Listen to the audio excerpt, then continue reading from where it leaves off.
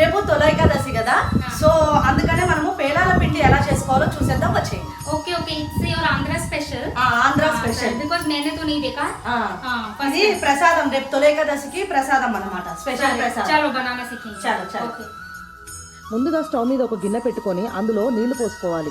అవి మరిగేలోపు నేను చూపిస్తున్న విధంగా ఒక చిన్న గ్లాస్లో పచ్చజొన్నలు 1.5 గ్లాస్ తీసుకుంటున్నాను. నేను 1.5 గ్లాస్ పచ్చజొన్నలు తీసుకొని ఈ మరిగే నీళ్ళల్లో జొన్నలు వేసుకొని ఒక పొంగు వచ్చాక స్ట్రెయిన్ చేసుకోవాలి.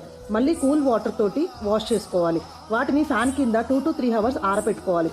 వాటిని కళాయి పెట్టుకొని చూపిస్తున్న విధంగా వేయించాలి. మూత మొత్తం పెట్టకుండా కొంచెం గ్యాప్ ఇచ్చి పెట్టుకోవాలి. అవి చిటపట అన్న తర్వాత వాటిని తీసి మనము మంచిగా ఫ్యాన్ కింద ఆరపెట్టేసుకొని కూల్ అయిన తర్వాత గ్రైండ్ చేసుకోవాలి.